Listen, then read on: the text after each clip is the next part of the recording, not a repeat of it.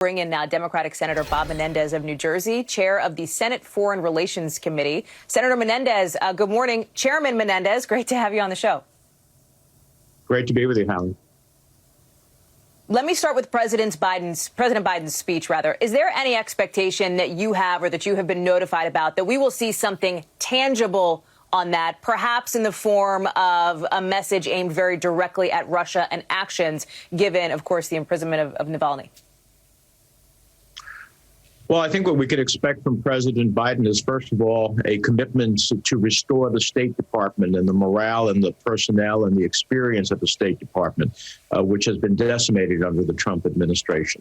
And we saw that in the context, for example, of Ambassador Yovanovitch, a distinguished ambassador who was really hurt dramatically by the previous administration.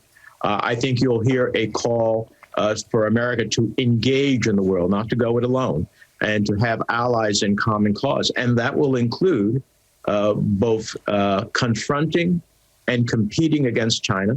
And it will include, I believe, messages as it relates to Russia, certainly with the re-imprisonment of Mr. Navalny and with their interference in our own elections, with bounty on American troops, just to mention a few. So how much time then? You mentioned, obviously, the issue of Russia. I know you've been urging Secretary of State Blinken to put sanctions on Russia. How much time does the Biden administration actually have to take some kind of strong action if, in fact, the White House wants to reestablish a more powerful position, strong position on the world stage? Well, I think they'll have to set up the basis for when we levy sanctions, particularly through the Treasury Department and other elements. We have an information session that determines the facts so that those sanctions can be upheld, both in our courts and in global opinion. So I think they have a fairly efficient amount of time to do it. But the sooner that we send Putin a message that he cannot with impunity violate the international order, the better off we and the world will be. Because right now, whether it's a chemical weapon attack against his opposition in Skripal, or what he did with Mr. Navalny, or whether it is the invasion of Ukraine and the annexation of Crimea, what he's doing in Syria, trying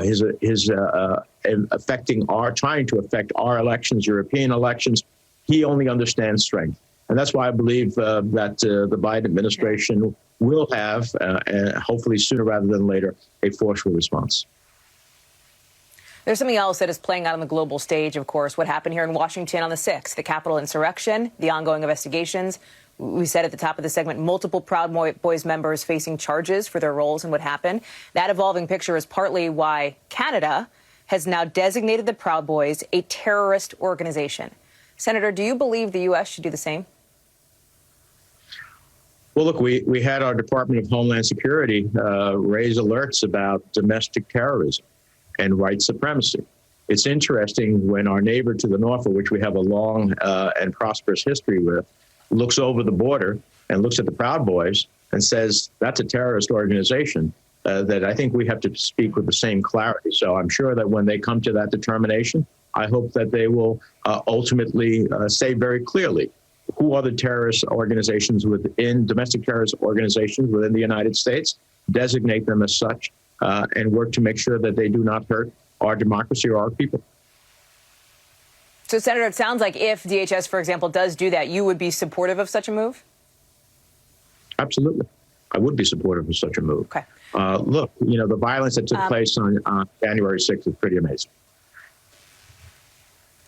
On the other side of the Capitol, from where you are, we're getting word on something going on, of course, in the House Republican conference. It also has an impact, obviously, on Congress as a whole. We're just hearing now that in about 90 minutes, debate will begin on Congresswoman Marjorie Taylor Greene, whether to strip her of her committee assignments. Sources have told our team here that the Congresswoman said she realized what she said was wrong. Her comments previously, she apologized. How does that response, do you think, reflect on the Republican Party as the House gets ready for this vote to strip her of her committees today, do you believe? Well, I think that my colleagues and friends in the Republican Party have to decide, are they the party of the traditional smaller government and less taxes and, international security for the United States?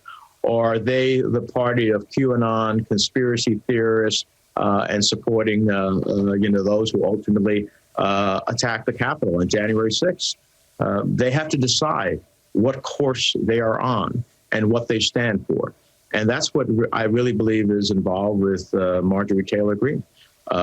She embodies all of those things that I think are an affront as it relates to the values that we hold as a nation, regardless of party.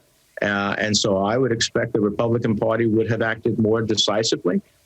In the absence of them doing so, I understand why the House feels compelled. It's an incredibly, having served in the House and served as the House Democratic Caucus chair when I was there, it's an incredibly, significant step for the majority to take that vote. But that's how consequential her remarks are, and what it means to have somebody on the Education Committee who says that what happened at Parkland was just an absolute lie. Before I let you go, I have to ask you about the COVID relief bill. I know you're in that meeting with President Biden yesterday. He seems to be pretty committed to keeping those stimulus checks, those direct payments at $1,400. But maybe there's some wiggle room, it sounds like, on targeting that, right, in a more specific way. Would you be willing to make that compromise if it meant that you could get some Republicans on board? Yeah, I think the president expressed himself very clearly. He wants big and bold. But how, in fact, do you use the big and bold resources that the president has called for, which I totally support, can be considered? I mean, do you tailor the $1,400 to those who are not in the higher income brackets? But do you make sure, as he emphasized quite several times, but you got to take care of the middle class and understand what the middle class is in different parts of the country? Do you tailor a certain other relief in a certain way? I think he's open to that. But the president's proposal has broad bipartisan support in the country. And so when we speak of bipartisanship, yes, we'd like to see our Republican colleagues join us, but $600 billion is a little less than a third of the way of the big and bold, robust plan we need to restore the economy, to get this vaccination program widely distributed, and finally beat COVID and the economic consequences that have flowed from it. Senator Bob Menendez, thank you so much for joining us on the show. It's great to see you. We appreciate your time.